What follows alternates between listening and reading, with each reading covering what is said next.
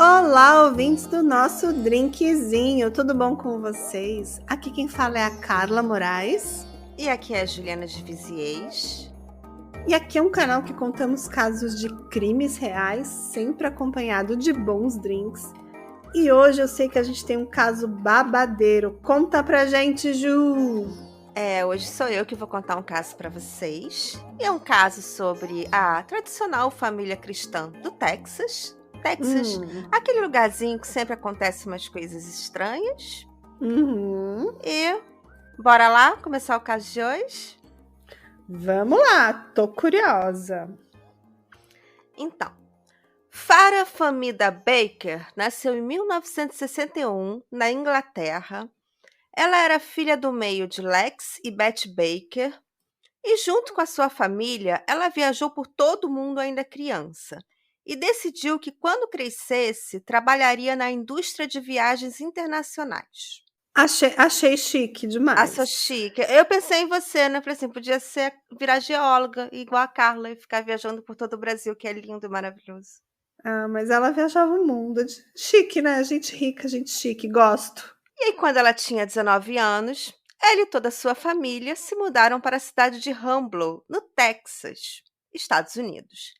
E a Farah deixou seu noivo na Inglaterra. Os dois mantiveram a relação à distância e ela esperava que eles voltassem a ficar juntos em algum momento. E assim que ela chegou nos Estados Unidos, ela conseguiu um emprego na American Airlines. E lá ela conheceu um rapaz, um colega de trabalho, chamado Robert Frata, Bob Frata. Inclusive foi ele que recebeu o currículo dela. E eles ficaram bem amigos, no começo só amigo mesmo. O Bob Frata tinha várias namoradas e confidenciava suas aventuras amorosas à sua melhor amiga, a Farah. E ela mantinha seu noivado com um rapaz da Inglaterra. E quem era o Bob? Robert Alan Frata nasceu em Nova York em 1957 e, assim como a Farah, ele também tinha se mudado para o Texas há pouco tempo. Ele era uma espécie de playboy que já tinha viajado os Estados Unidos inteiro e feito várias viagens internacionais com o dinheiro da família dele. O Bob Frata era aquele cara que chamava atenção e que muita gente vai achar bonito. É um cara alto, com os olhos bem claros. Ele tem um sorriso largo, bonito. Aquele sorriso que mostra todos os dentes super brancos, sabe? E ele era um bodybuilder. Aquele cara forte, que malha todos os dias e que não pode ver um espelho que já está se olhando.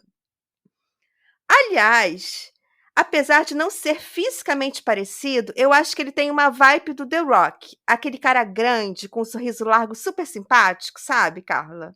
E Bob Frata era a simpatia em pessoa. Um cara carismático que sempre fez muito sucesso entre as mulheres. Eu te mandei foto, Carla. O que você achou dele? Eu achei ele bonitinho, assim, tem um sorrisão, simpático, assim. O estilo que eu gosto. Você já falou assim, bodybuilder, já gosto, um cara da academia, já gosto. Me interessou, me interessou. Eu acho bonita, apesar de que não é o tipo que me atrai mais, não. Mas eu entendo que ele é o tipo que um monte de mulher vai se apaixonar, um monte de homens e mulheres vão se apaixonar. Uhum. E levou cerca de 1 ano para a relação da Farah e do Bob evoluir para um romance. E ela abandonou o noivo na Inglaterra para ficar com o Bob. Em maio de 1983, eles se casaram. A mãe dela dizia que ele era o genro perfeito, super educado, super bonito, inteligente. E logo depois do casamento, o Bob mudou de profissão e se tornou um policial, um Texas Ranger. Né? Quer dizer, já tinha aquele tipão, ainda botava de uniforme, aposto que tem um monte de gente aí que devia morrer, né? Por ele. Eu Adoro. não me mexeu, Adoro. não. Mas Eu não posso negar que eu adoro. entendo. Tá. E nos próximos 7 anos de casamento, eles tiveram 3 filhos, 2 meninos e uma menina. E o Bob foi um excelente pai, um pai super dedicado. E ele também sempre foi descrito como um marido super atencioso, que tratava a Farah super bem. Após o casamento, a Farah também entrou na academia e passou a cuidar do corpo, além de ter feito alguns procedimentos estéticos para agradar o marido, como colocar silicone nos seios. Acho que não só para agradar o marido, né, gente? Hoje em dia vamos pensar para o bem-estar dela também, para ela se sentir bem, talvez, Ah, né? com certeza. Apesar de que, assim, quando a gente vê alguns documentários que já são um pouco antigos, né, fica difícil interpretar algumas coisas, mas nos documentários aparece como se fosse ele que tivesse meio que forçando, sabe? A ela Tá. fazer esses procedimentos, não como se fosse uma iniciativa dela, mas Entendi. assim, como se ele fosse um pouco narcisista e também queria que ela Hum, se cuidasse um pouco mais do que realmente ela gostava de se cuidar. entendi. É, e nem tudo eram flores no casamento. O problema do Bob Frata era a infidelidade. Ele era o tipo namorador, galanteador e manteve vários relacionamentos extraconjugais. E quando a Farah descobriu e foi confrontá-lo, ele negou, mas sugeriu abrir o relacionamento. Bem típico, bem típico. É, e a Farah não gostou da ideia, mas aceitou para tentar salvar o casamento. Afinal, o Bob era excelente pai e eles sempre se deram super bem. Além de que a Farah vinha de uma família muito religiosa, que valorizava o casamento.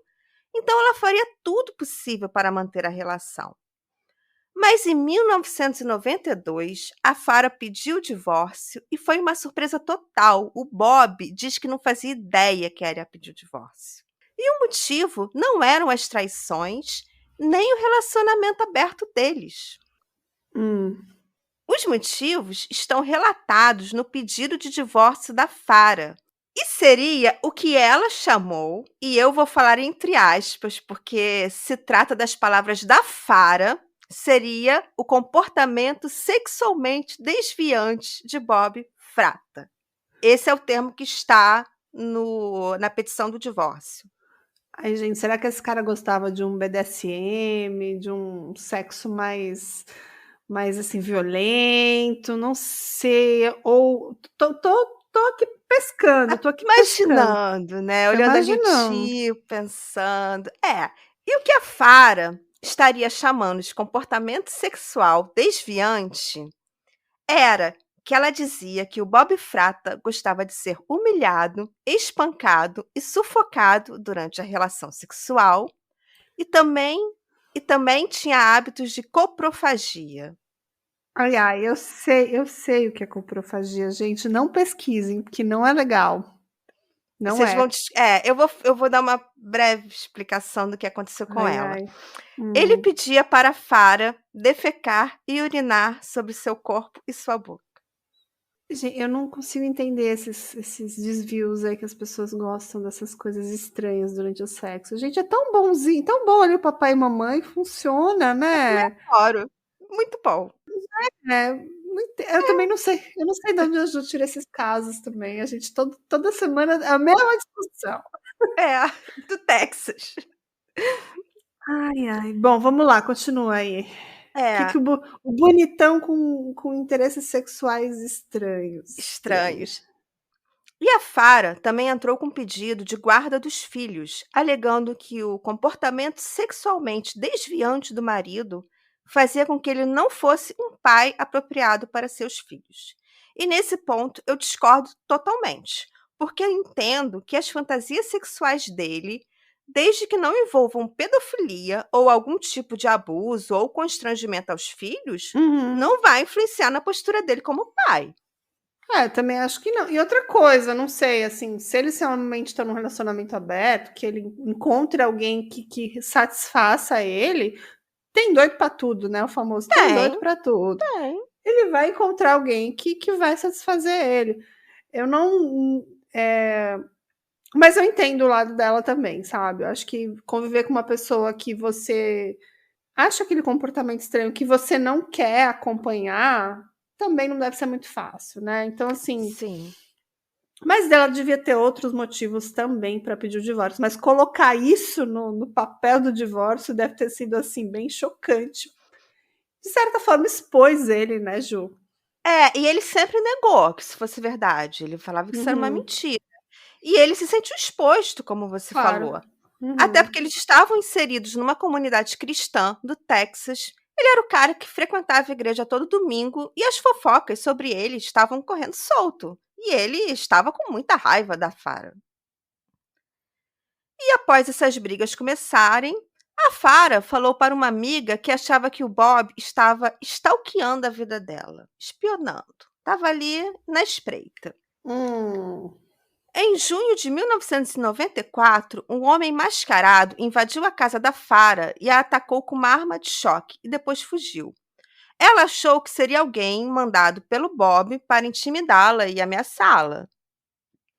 Alguns meses depois, faltando 3 semanas para a audiência de custódia dos filhos, algo aconteceu com a Farah.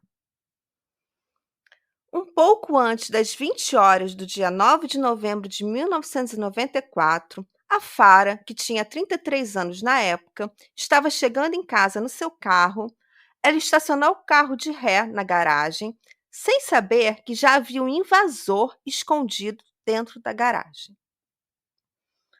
Quando ela saiu do carro, ela levou 2 tiros na cabeça. Gente. Um casal de vizinhos que morava no outro lado da rua estava olhando pela janela no momento e viram toda a cena e imediatamente ligaram para o 911.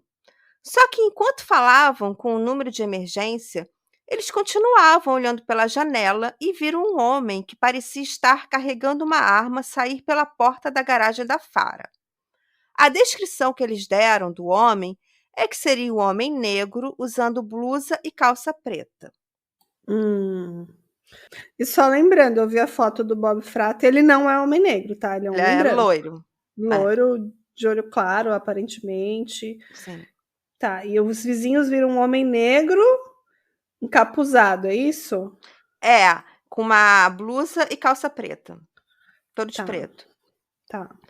Logo em seguida, eles viram um carro prateado com os faróis apagados parar em frente à casa e o atirador entrou no carro pelo lado do passageiro. E o carro saiu, o carro foi embora. Tinha alguém dirigindo esse carro.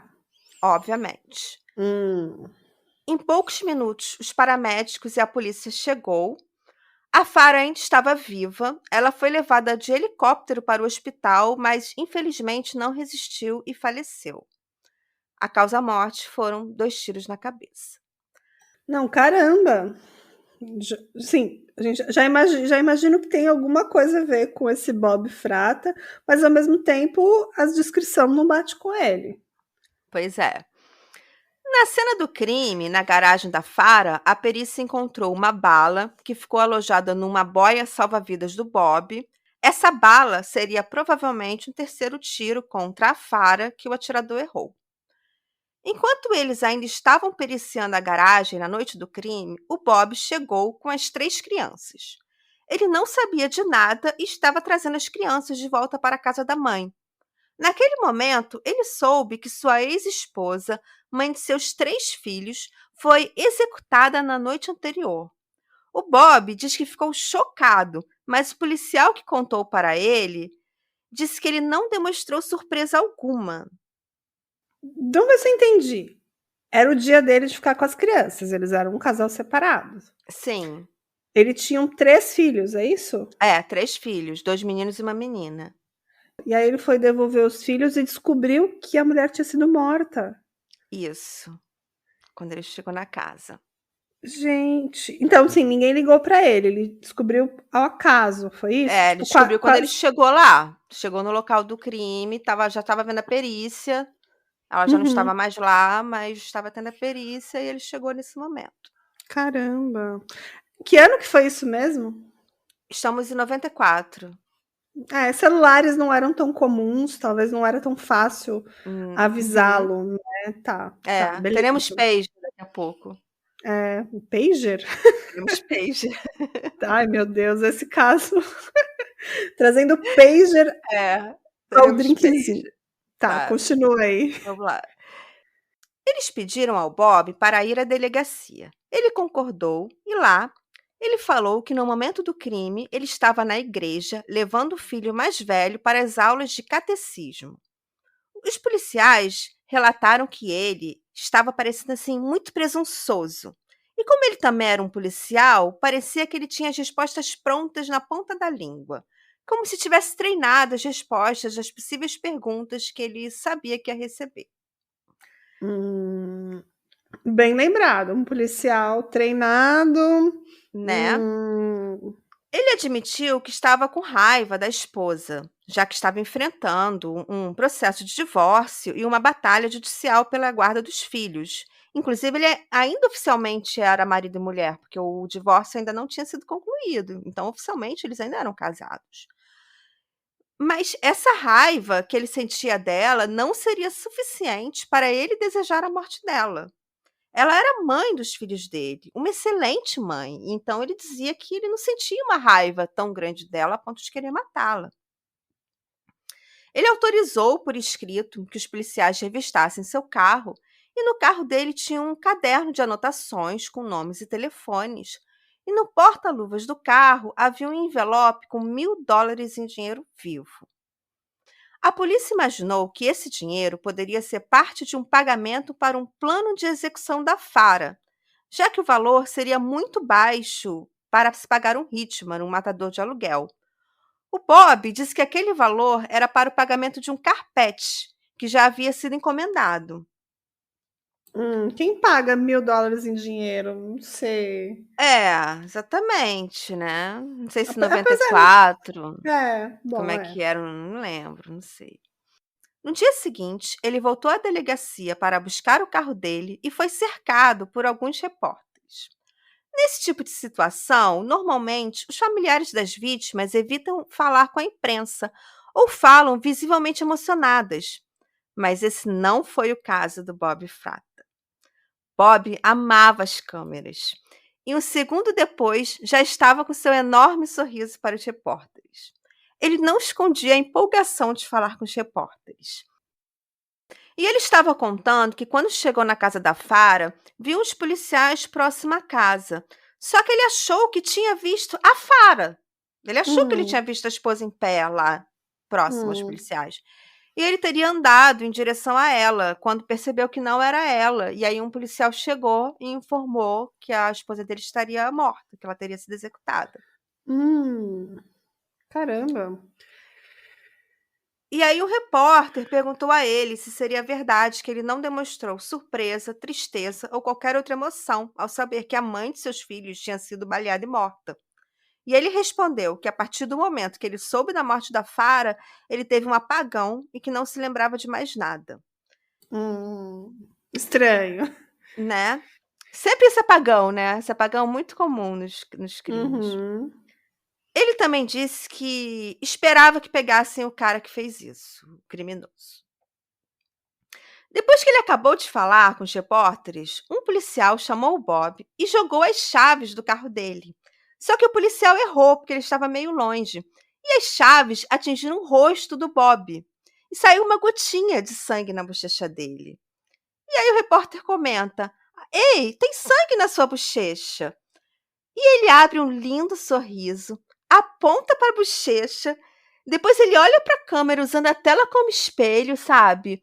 Aí ele bota o dedo na boca para molhar de saliva, limpa a sujeira de sangue, aí dá uma piscadinha de um olho só, quase flertando com a câmera, abrindo aquele todo sorriso, aquele todo simpático. Isso no dia seguinte da sua esposa ter sido assassinada.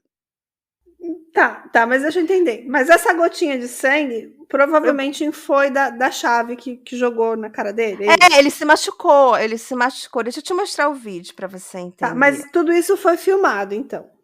Foi, vou te mostrar o vídeo para você entender. Então vai estar lá para os nossos ouvintes do Drinkzinho, lá nos nossos stories, ou então lá no Dá uma nosso. olhadinha. Tá, vou Porque, ver. assim, a partir desse momento, o caso ficou midiático.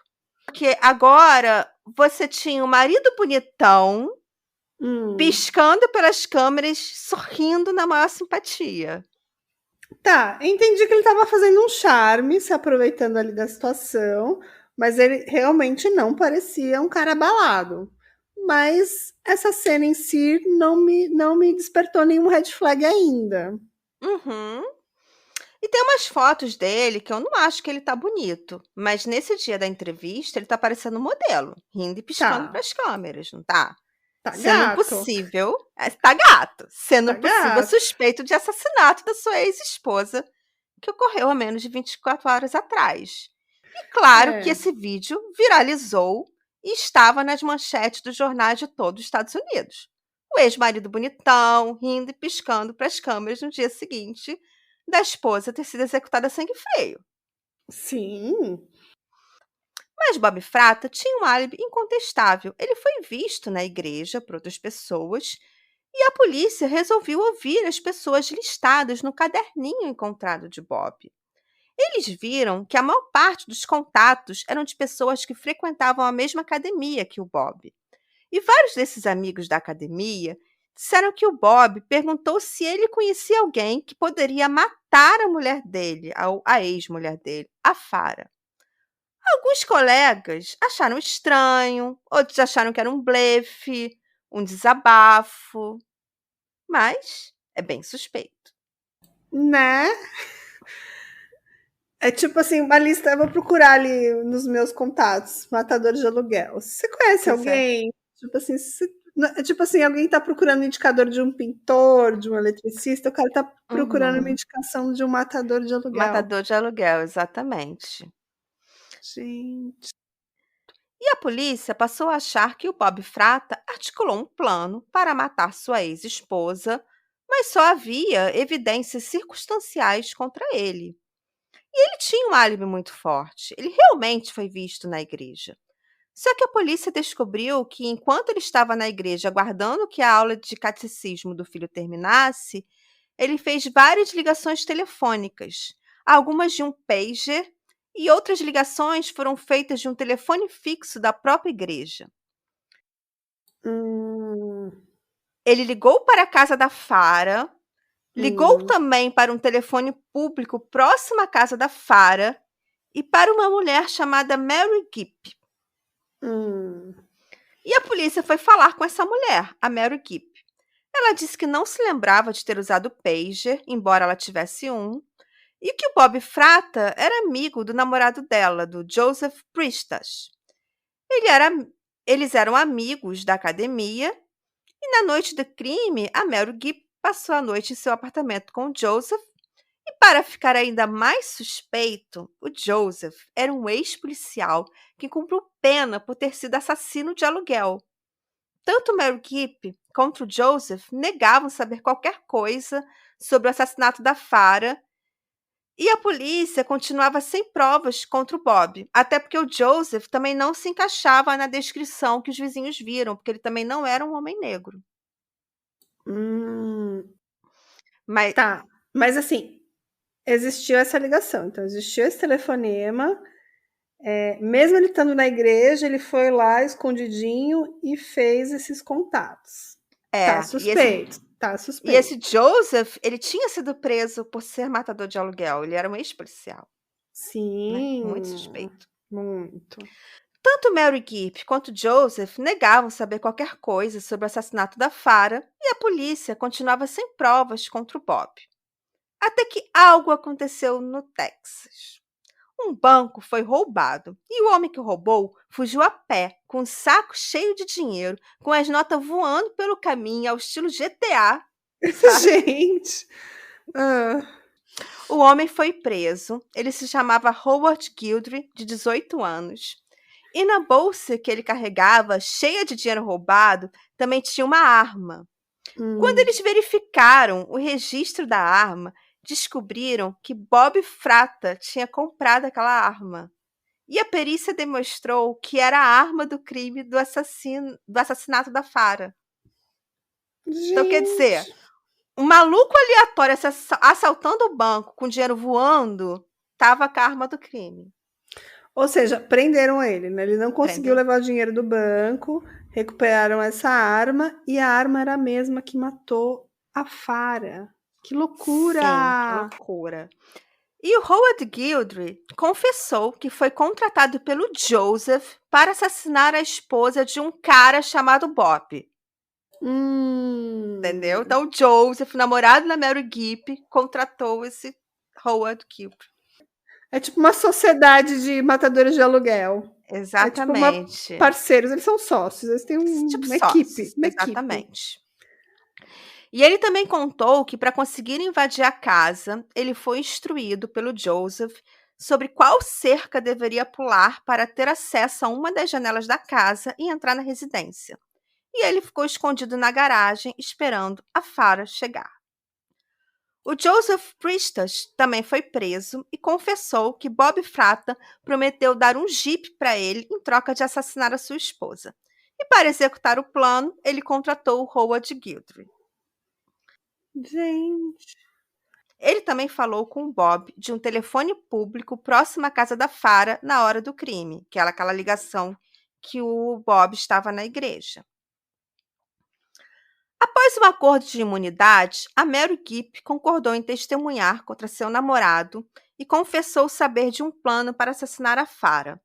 Ela teria ficado com medo de revelar o plano à polícia, mas anotou o número de série da arma que seria usada no crime e era exatamente a arma encontrada com o Howard após o assalto a banco. Gente, ela anotou. Ela anotou. Ela deixou o crime acontecer, deixou a mulher ser morta, mas anotou lá algo para dizer assim: olha, eu pensei em fazer alguma coisa, no entanto. Gente. Tá. Em 21 de abril de 1995, Bob Fratta foi preso por ser o mandante do assassinato de Farah Fratta. Ele foi preso sob os holofotes da imprensa, com uma exposição excessiva, e a cena ficou bem famosa. Ele estava usando uma camiseta e um short e estava super forte na época. Ele foi algemado com as mãos nas costas e pelos pés também, o que fazia com que ele tivesse que andar devagarzinho, sabe, com passinhos. Enquanto ele era preso, ele ficava repetindo: essas algemas estão muito apertadas e eu não fiz isso. Eu vou te mandar o vídeo aqui, cara. Peraí, você tem que ver isso. Gente, ele tá de regatinha, todo musculoso, de bermudinha, de tênis, de academia, e andando assim meio, tipo assim, ai, tá me incomodando isso. E ele fala tipo assim, and I didn't do it. E eu não fiz isso. Gente. É muito bizarro, né? Imagina se esse caso era tipo capa dos jornais de fofoca. Gente. E ele realmente, aqui ele tá bonitão, assim, Tá, ele tá bonitão. Tá bem bonitão. Conta mais, Ju. E mesmo após ser preso, ele continuou alegando inocência. Em 9 de abril de 1996, começou o julgamento. O Bob estava super elegante, com terno bem cortado, cabelo arrumado e muito seguro de si. A imprensa toda estava lá, num caso super midiático. A promotoria atacou severamente a imagem do Bob devido ao seu comportamento sexual. Eles falaram várias vezes que Bob seria um masoquista, que gostava de ser sufocado e que praticava coprofagia. A defesa levou um psicólogo que testemunhou no julgamento e apresentou um relatório sobre o comportamento do Bob Fratta. O relatório do psicólogo afirmava que o Bob não era um pervertido sexual, mas nesse mesmo relatório tinha outras informações comprometedoras sobre o Bob que acabaram sendo usadas pela acusação no julgamento. O relatório dizia que o Bob Fratta era um narcisista e um sociopata, o que combinava bastante com o perfil de alguém que contrataria um assassino de aluguel para matar a sua esposa. E eu acho que ele realmente parece. Tipo, Parece. Narcisista com certeza. Com certeza, completamente. A acusação também usou contra o Bob a entrevista que ele pisca e sorri para a câmera, mostrando mais uma vez que ele seria uma pessoa fria e narcisista. Um dos testemunhos mais emocionantes foi do Bradley, o filho mais velho do Bob, que tinha 9 anos na época. Ele entrou no tribunal, deu tchauzinho para o pai e testemunhou que no dia da morte da sua mãe, ele viu seu pai usando o telefone e o pager na igreja várias vezes. Então, ele testemunhou contra o pai dele. Putz. E esse testemunho do Bradley fez parte de uma série de evidências que a promotoria mostrou que provava que houve vários contatos telefônicos entre o Bob, o Joseph e o Howard no momento exato do crime. Uhum. O testemunho do Joseph e do Howard foram usados no julgamento contra o Bob. Mas como eles não testemunharam presencialmente, não puderam ser interrogados diretamente pelos advogados da defesa, o que violaria a 6ª emenda da Constituição americana. o uso do testemunho deles foi alvo de protesto da defesa, mas o juiz aceitou e o julgamento continuou. Não, e imagina, gente, o filho testemunhar que o pai contratou alguém para matar a própria mãe. Pois é. Que loucura. Exatamente. E, mesmo com esse problema no testemunho, né, do testemunho dos Correios, que não poderia ser usado no julgamento, o Bob Fratta foi condenado à morte pelo assassinato da Farah Fratta. E os outros, os que foram contratados? Todos foram condenados à morte. Todos? Todos, os 3. Mas, chocada. Mas como houve esse questionamento sobre o uso do testemunho do Joseph e do Howard no julgamento, o Bob conseguiu anular esse primeiro julgamento. E aí houve um segundo julgamento, que no final o Bob Fratta foi condenado novamente à morte. Mas é burro, né? E lembra, claro, esse caso me lembra muito. É claro que o caso do Chris Watts é muito pior, né? Além de que ele matou os filhos também, os filhos. Mas a entrevista, se vocês vão ver a entrevista dele lá no nosso Instagram, do Bob Fratta, até parece o mesmo ângulo da entrevista do Chris Watts, tem uns tijolinhos atrás, não parece? Muito louco isso, né? Tipo assim, a mesma forma que ele tenta desviar a atenção do assunto, que ele tenta desconversar dizendo que ele é um marido preocupado. Cara, me lembrou muito Chris Watts. Mesmo comportamento narcisista do Chris Watts. Exatamente. Vamos lá. Os 3 filhos do Bob foram criados pelos avós maternos e mudaram legalmente seu sobrenome, tirando o sobrenome Fratta. Eles não mantiveram mais contato com o pai após a condenação. No corredor da morte, o Bob aderiu à religião mórmon e passou grande parte do tempo lendo o livro dos Mórmons. E ele também recebia muitas correspondências amorosas. Teve várias namoradas que mandavam nudes para ele, só que os condenados à morte não podem ter nenhum contato físico com outras pessoas, até as visitas são sempre feitas através de um vidro. Pode pegar o drink que agora essa parte é meio loucura, essa parte. É a parte que eu acho mais louca do caso. Pega aí, bota seu drink. Vou botar um drink aqui porque eu vou precisar pro resto dessa história. Então toma um bom gole, vai. Tô servindo aqui um drink para poder ouvir os restos da história, pessoal. Calma toma aí. Que essa parte é meio louca. Tô pronta agora. Pode ir? Pode. E a execução do Bob Fratta foi marcada para esse ano, 2023, sendo a primeira execução no estado do Texas do ano, agendada para 10 de janeiro de 2023. E o dia da execução foi uma loucura, uma verdadeira maratona dos advogados de defesa que estavam pedindo o adiamento da execução. E eles tinham um motivo muito justo para conseguir isso. E se eles conseguissem adiar a execução do Bob Fratta, eles também adiariam as próximas execuções do Texas, e no Texas tem execução quase toda semana. Não, tô muito curiosa, Eu tomo até mais um gole aqui, conta aí. Tá, vai. Hoje no Texas, a execução ocorre com o uso de apenas uma droga, o pentobarbital, que em altas doses leva à depressão do sistema nervoso central e à interrupção das funções cerebrais. Só que todos os lotes que o estado do Texas tinha de pentobarbital para a execução do Bob Fratta e das próximas estavam vencidas há cerca de 2 a 3 anos. Gente, eles queriam executar. O Estado quer executar uma pessoa com droga vencida. Gente, muito justo, muito justo. Eu acho que realmente tá tudo errado. Tipo assim, eu não tô defendendo ele, eu acho que ele tem que. Eu sou contra a pena de morte, mas se ele foi condenado, ele tem que se cumpra, mas não com um negócio vencido, né, gente? Por favor. O prazo de validade é a menor data que o fabricante garante a qualidade do produto. A partir da data da validade, o produto pode começar a se deteriorar a qualquer momento.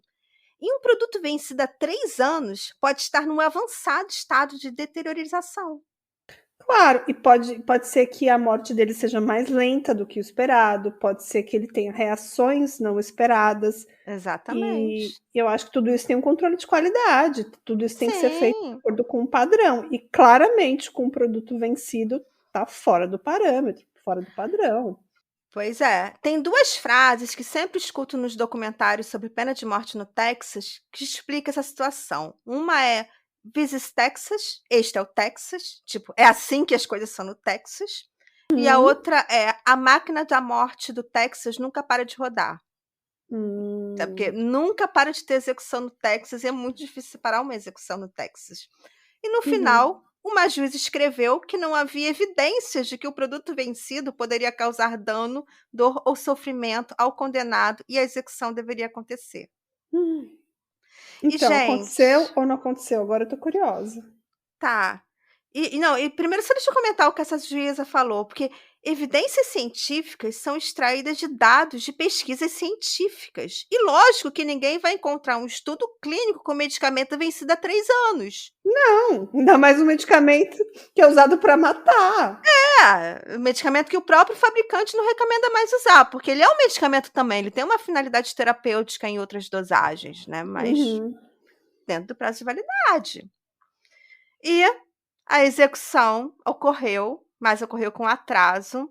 O Bradley, o filho mais velho do Bob, estava presente. Ai, tadinho. Quando perguntado quais seriam suas últimas palavras, ele não disse absolutamente nada. E após receber a dose do pentobarbital vencido, Bob Fratta demorou 24 minutos para morrer. E às 7h49 do dia 10 de janeiro de 2023, ele foi declarado morto aos 65 anos de idade. Caramba, muito bom, Ju. É bom, é triste, reflete a sociedade, reflete É, várias histórias parecidas de maridos que matam a mulher porque não aceita o divórcio, porque não quer dividir os bens, por N questões. No caso específico dele, ele contratou um matador de aluguel, o que não tira a culpa dele, claro, pelo contrário. Ele só não puxou o gatilho, mas ele foi responsável pela morte dela. E me incomoda um pouco o fato dele também, como outros na mesma situação, receber cartas, ser venerado por mulheres, assim como a gente já citou o Chris Watts foi, assim como uhum. diversos outros, até brasileiros. O Maníaco do Parque recebia cartas e recebe. E é muito louco isso, né? Que É, loucura. eu sou contra a pena de morte, mas eu compreendo a pena de morte quando é contra um criminoso que não tem como ser reabilitado, sabe? Que nunca teria como ter voltado à sociedade. Eu tenho dúvidas se o Bob Fratta realmente merecia uma pena de morte, sabe? Se o crime dele não poderia ser pago com uma prisão perpétua. Eu acho que pelo fato de ter acontecido no Texas, e o Texas tem as Sim, suas particularidades, é, a pena foi um pouco mais maior do que poderia ser bem mais branda. poderia. Eu realmente acho que a pena de morte para esse tipo de caso não é a minha primeira ideia, a minha primeira opção, assim. E ninguém Mas merece ser morto com droga vencida. E eu nunca bem, imaginava que em 2023 o Estado ainda ia executar alguém com droga vencida, gente. Isso eu achei um absurdo. E esse foi o caso de hoje. Eu fiquei com pena do Bob Frato. não, pena eu não fiquei, porque pô, o cara mandou matar a mulher e ele, cara, mas realmente ele poderia ter levado uma prisão perpétua, né? É um crime passional, querendo ou não, né? Ele queria Sim. matar a mulher, tipo, o alvo dele era matar ela, né? Mas, pô, Uhum. foram 3 filhos que ficaram sem a mãe, né? Pô, Com é foda, certeza. É foda. é É foda. foda. É. É um caso com muitas peculiaridades. Espero que vocês tenham gostado. Não, eu vou deixar para todo mundo fotos do Bob, fotos da Farah, fotos dos filhos, os trechos dos vídeos, os trechos mais polêmicos. Eu aposto que os ouvintes do Drinkzinho vão gostar, porque eu adorei o caso de hoje. E o caso da semana passada foi muito triste, né? Esse aqui foi triste, claro, uma pessoa perdeu a vida. Todos os casos do Drinkzinho são tristes, Mas esse aqui pelo menos tem algumas coisas interessantes, tem um cara boa pinta, um cara aí que achava que ia sair por cima, que não ia levar a culpa desse caso, desse crime. Cara policial, né? Ele não foi muito inteligente, né, Não. gente? Não foi. Geralmente as pessoas narcisistas acham que são mais inteligentes do que realmente são. Justamente. Arrasou no caso de hoje, como sempre. Obrigada. Os roteiros da Ju são incríveis. Obrigada. Nada, Adoro. amiga.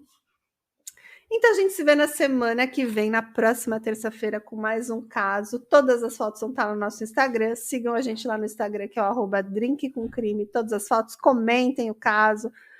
Avalie a gente também na sua plataforma favorita de streaming de podcast. Avalie a gente vai ficar muito feliz. E quem quiser apoiar o Drinkzinho tem que correr lá na Aurelo, apoiar, tem apoios a partir de R$3. E dependendo do seu apoio, vocês vão ter direitos a episódios exclusivos, acesso a um canal exclusivo de apoiadores no WhatsApp, então é imperdível. E aí vocês fazem com a gente um happy hour, vão ter mais episódios e mais drinkzinho no seu dia a dia, na sua vida. Então é imperdível, sensacional. Então a gente se vê na próxima terça-feira com mais um caso. O caso da semana que vem é um caso que foi um mistério por mais de 30 anos e que foi resolvido recentemente. Então, assim, vocês também vão gostar bastante. Então, ficamos por aqui, gente. Um grande abraço. Até a próxima. Tchau, tchau. Tchau.